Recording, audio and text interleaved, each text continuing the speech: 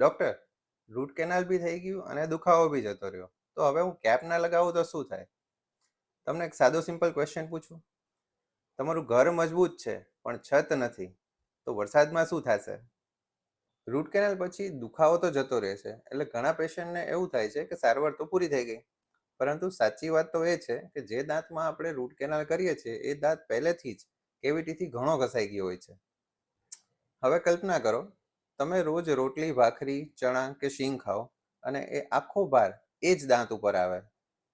જો યોગ્ય કેસમાં કેપ લગાવવામાં ન આવે તો એ દાંત તૂટી જવાની સંભાવના વધારે છે, અને ઘણી વખત તો એમાં ફરી રીઆરસીટી બી કરવી પડે છે, અને ઘણી વખત આપણે દાંત કાઢી બી નાખવો પડે છે.